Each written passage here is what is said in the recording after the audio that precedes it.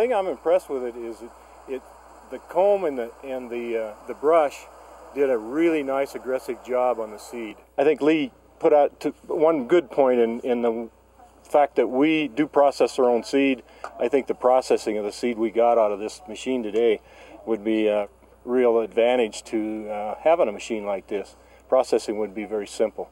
Seed dislodgement takes place from this brush, which is exposed here, and this combing drum, which is essentially a threaded screw on PVC that's a 1/4 inch deep.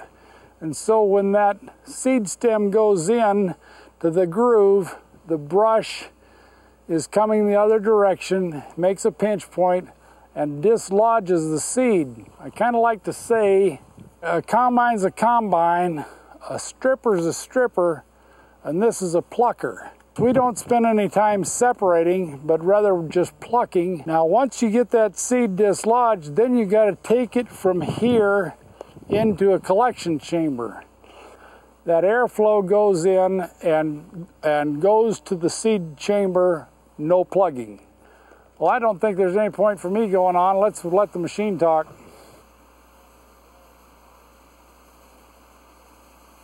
This shatter is from the first contact of the seed heads with the large brush. We increased from 2 miles an hour to 4 miles an hour to see if we could gobble this up before it shattered to the ground. And it's obvious that we've got quite a bit less shatter, and we're still getting nearly 100% threshing off of the plant. It sure looks like they're onto something here. We've basically gotten 95 to close to 100% of the seed that's out here available. So the product that we have is still only about 60% pure, but that's the way it is with a native harvest. In a commercial seed production situation, the seed viability would be much, much higher. Compared to some of the other seed strippers that I have used, this one gets down low enough. The housing of the machine frame allows you to get down, and when you start harvesting some of the native species that are very low, it's critical to be able to get down to those species. And it's getting almost everything that they're harvesting at this point, which this blue bunch wheatgrass is at a perfect stage of harvest, and there's very little shatter, or I guess if you want to use the term blow-by, that the machine is kicking out.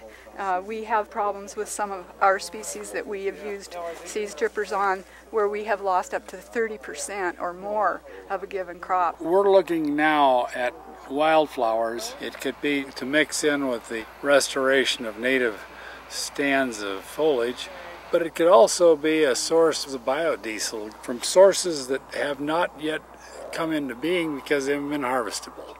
We're going to be able to harvest a lot of those. We have an ongoing grant at the moment looking at how to harvest camelina, and we're already up to where we can challenge the combine. We think in phase 2 we'll be the best in the market. We want to produce a product that's at world standards. And I think at the end, everybody benefits by being able to harvest the native grass seed, decrease the price so more people can actually plant. So we're changing the world on grass today, and tomorrow we're going to change the world on biodiesel and how do you harvest camelina better than anybody else in the world. So that's tomorrow. Yep, one step at a time. Yeah. Last couple of years we've did what we called a morphology study. It was funded by the Montana Board of Research and Commercialization Technology, but it was to look at the native plants, native grasses, and what made them, what characteristics of the plant, of the seed head, or of the seed that made them difficult to harvest using standard methods, the standard method being combining.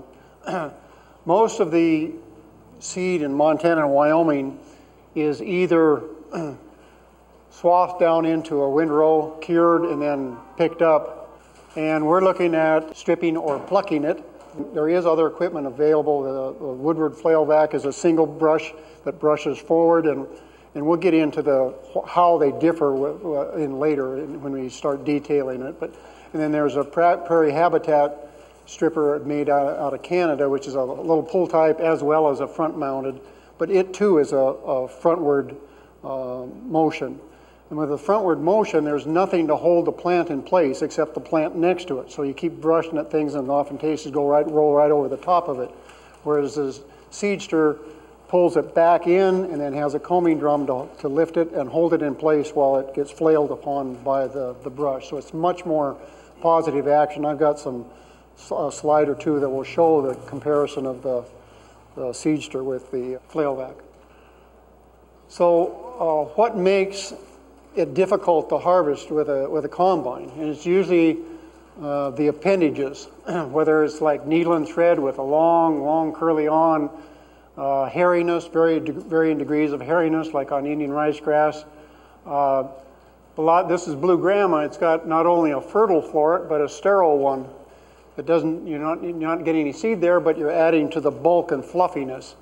And this is little blue stem. It's not only got a sterile floret, but then the rachilla, the stem that goes to the next seed, is real hairy, and then it's got a long on. So there's all of these things that add bulk to the seed, make it difficult to glean through the combine, but it actually enhances Seedster harvest because it gives the brush something to grab and pull it into the machine.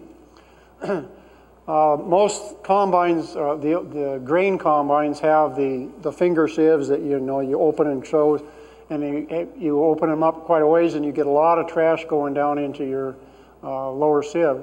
And then there's the Peterson sieve that just varying degrees of semicircles, making it smaller and smaller. This is actually built for legumes and grass seed.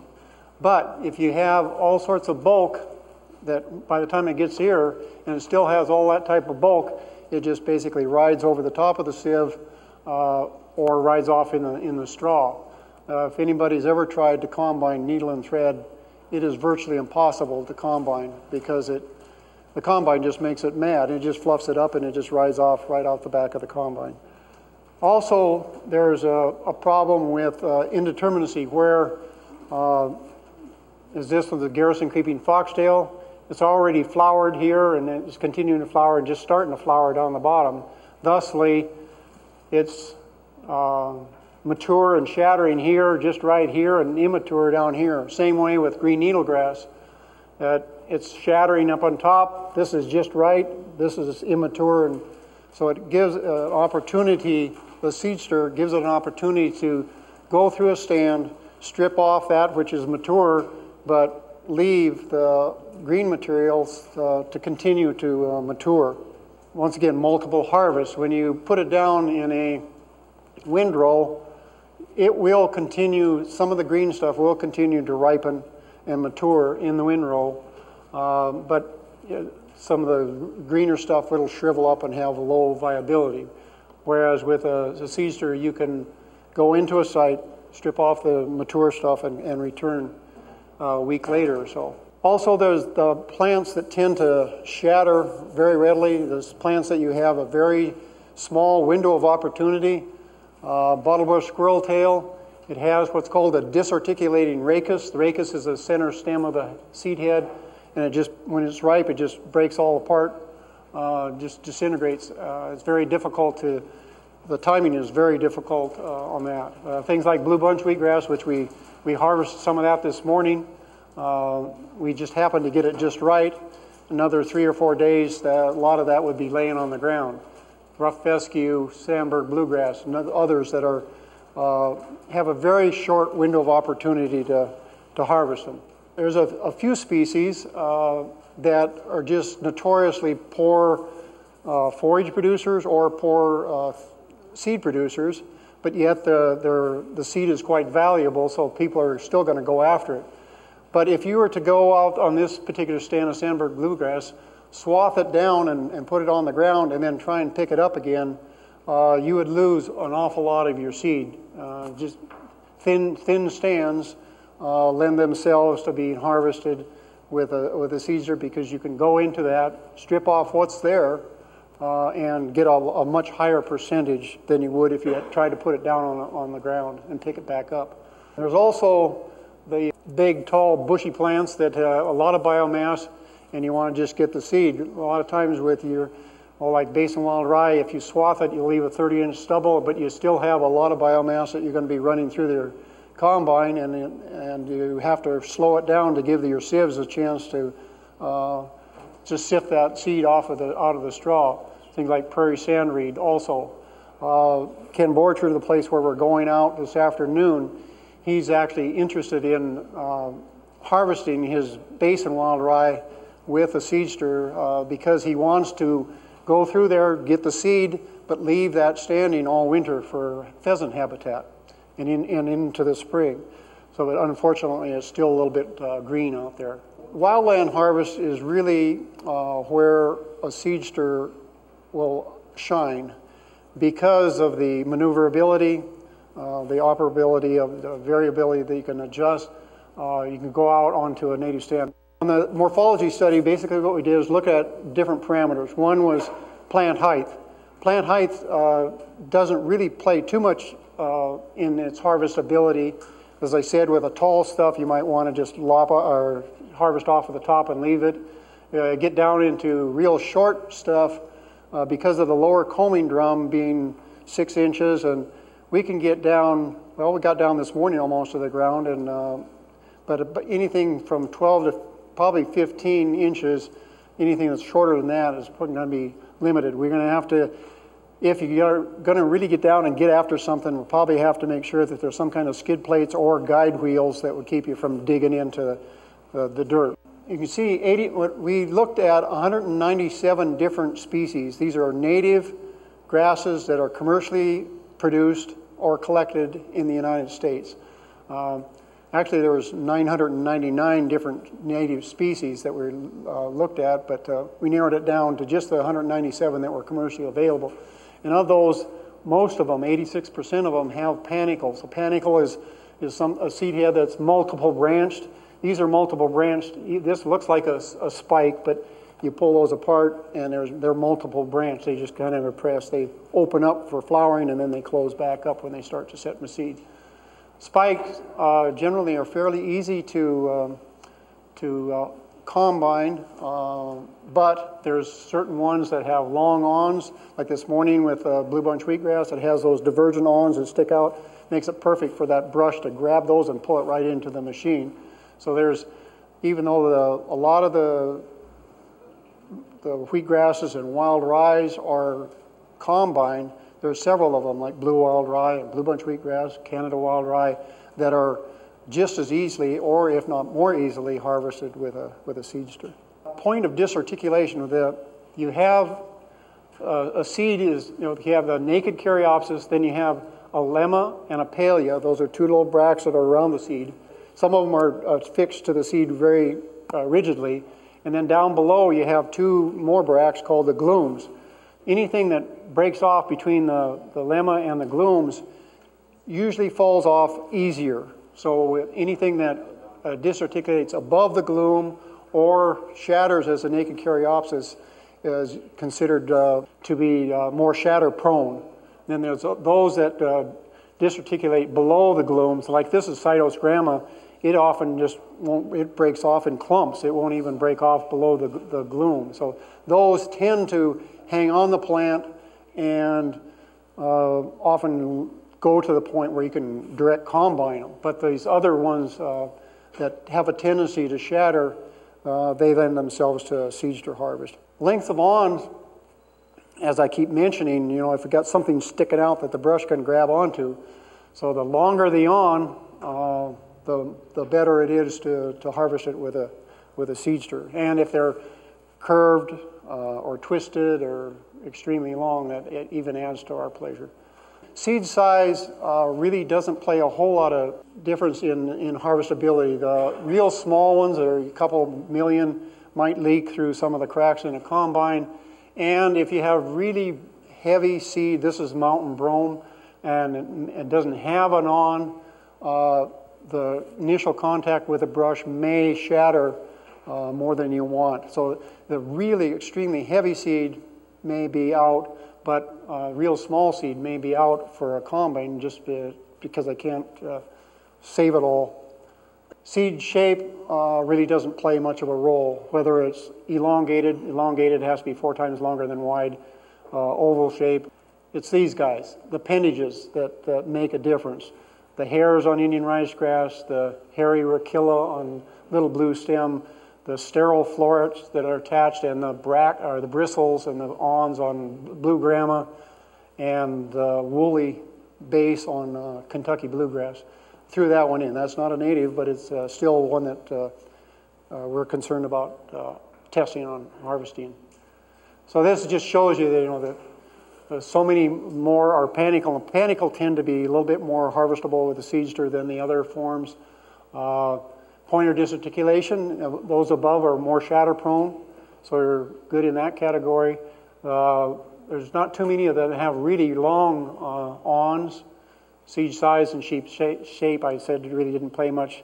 But in here, the hairy ones definitely add to the harvestability. We're trying to show which species we're really where we had a Seedster advantage. So anything that had hairiness on the seed and appendages, meaning bristles, sterile florets that are attached, awns, that we have an advantage where the Seedster will do just as good a job of combine, or in the extreme cases, a much better job. This whole process of doing demos and trying to demonstrate on as many possible species is our approach now, because people call and they say, I've got this, can I harvest it with a Seedster? And some of it we can say definitely yes, and some we say maybe, and some we haven't a clue. So these are the ones that have been tested and have found to be successfully harvested. Little blue stem, the green needle, all of these because of, hairy rachilla, statural florets, long awns, the indeterminate seed, green needle grass. All of the woodward flailbacks came north just chasing, trying to harvest green needle grass, and people trying to build their own strippers of sorts. So these particular species have proven. We got numbers and facts on all of these that prove that. This is a situation in the Plant Material Center in Bismarck, North Dakota, where they harvest, and I say they because it was before my time here, but harvested with a Seedster here, and then on the other side, they harvested with a woodward flailback. They went 1 trip here with a Seedster, 4 trips with a flailback, and you can see the difference. But then they went over here with the Seedster and got another 52 pounds or so. It's a much more positive action, and it can be adjusted in terms of ground speed and pinch point and brush speed to be more aggressive or less aggressive. The Seedster harvest technology performs well on grasses with diffuse spanicles. The important bioenergy species of switchgrass is known to be very difficult to harvest, yet the Seedster has demonstrated itself in head-to-head trials as the most efficient harvester of this biofuel precursor. Stands of switchgrass are ready for harvest when the seed is in the firm to hard dough stage with a seed moisture content of 20% or less. Typically, when harvesting switchgrass, some of the many inflorescent stems or branchlets break at a weak point. The delicate inflorescence breaks as it exits the pinch point, or after the brush has dislodged the seed. The bulky, fluffy branches build up in the seed hopper, necessitating frequent unloading of the seed hopper. Native Seedsters has developed a severed stem rejector that is very lightweight and highly effective. The stem rejection seed hopper insert increases harvest efficiency, and a very clean end product is captured in the seed hopper. As Lee mentioned before about getting into the dry vegetable seed, hybrid carrot is a prime example where you can see these dark umbels are what's called the king umbel. They're the first to mature. These are secondary umbels, and these are tertiary umbels. And in the carrot business, they kind of pick a point of happy medium and swath it. You're at the point where you're losing some seed out of here, and in most cases, they get very little seed out of the tertiary because they haven't matured enough. So what we're looking at is trying to figure out if the Seedster can be set or changed somehow to harvest seeds, where we go through, get the mature stuff, return later, and get later material. You can see it's kind of a cocklebur type seed. And the same way with lettuce is that it has a lot of variability in the ripening. Once again, it's the return, harvest and then return and try it a little bit at a later date. We've just gotten word that we had done this morphology study on the grasses, and we just found out that we got a grant to study the morphology of various wildflowers and see how we're actually going to develop a harvestability index and then also a harvestable index for with the Seedster. So looking at things like yarrow that has much like carrot, where you have mature ones that are shattering and other ones that are still white and flowering. Things like the slender white prairie clover, purple prairie clover, they have a cluster of little capsules that are, but it's indeterminate. There's some stuff that's shattering and stuff that's still flowering. Penstemon has a cup and a very stiff stem, so it doesn't shatter in the wind, but if you can let those mature to the point, all of them mature to a point you can go and harvest, and when they hit with a brush, it'll knock the seed right out without doing much damage to the plant. Dotted gayfeather has a very fluffy seed. It's very late. In fact, it hangs around for quite a while. I hand harvest a collection every year at Lewistown during Thanksgiving. And then anybody that's ever grown blue flax, it flowers for about 6 weeks, and it's forming seed for about 6 weeks also. But this is basically just a overview of our approach, why we think that the Seedster has an advantage over some cases a combine or other harvest methods, and it's mainly because of these certain morphological characteristics, whether it be of the plant or the seed head or the individual seeds. But we hope that we can find those same type of characteristics with dry vegetables or wildflowers, and so we can kind of document or give an idea of how harvestable they may be with a Seedster, and kind of give a number as to how difficult they are to harvest any other way. So that's it.